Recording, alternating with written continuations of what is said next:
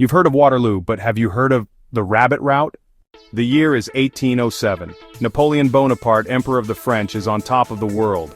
He's just signed the treaties of Tilsit, making him the undisputed master of continental Europe. Naturally, a man of his stature needed a celebration worthy of his victory. But a simple parade or a lavish banquet? Too predictable. Napoleon craved something with a bit more action. His grand idea? A massive rabbit hunt. The job fell to his loyal chief of staff, Alexandre Berthier.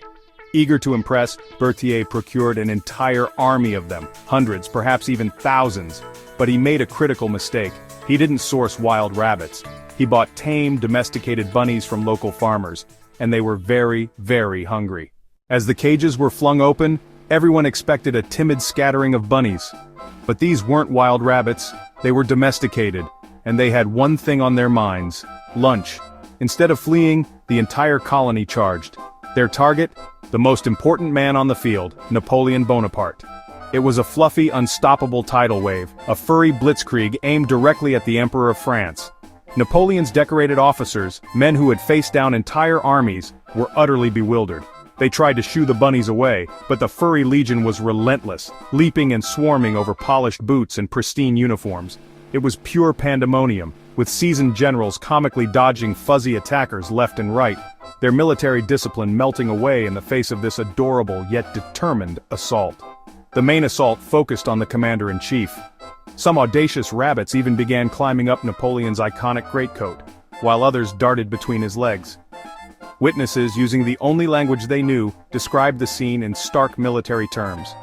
They claimed the bunnies turned his flank, attacked him in the rear, and piled so thickly between his legs that the great emperor himself began to stagger, completely overrun by a horde of hungry, adorable invaders. The great general who had faced down empires was now in a full-blown retreat. Napoleon scrambled for his coach, but the fluffy horde was relentless. They swarmed his imperial boots, and some even leaped inside. His chief of staff, Berthier, had made a critical error. These bunnies saw Napoleon not as a predator, but as the bringer of lunch, creating the most adorable ambush in military history. The coachman cracked his whip, and the carriage sped away.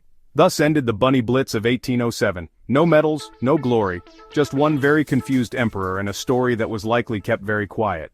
History isn't always serious. Sometimes it's downright ridiculous. Subscribe for more strange stories from the past, and let us know what bizarre tale you want next.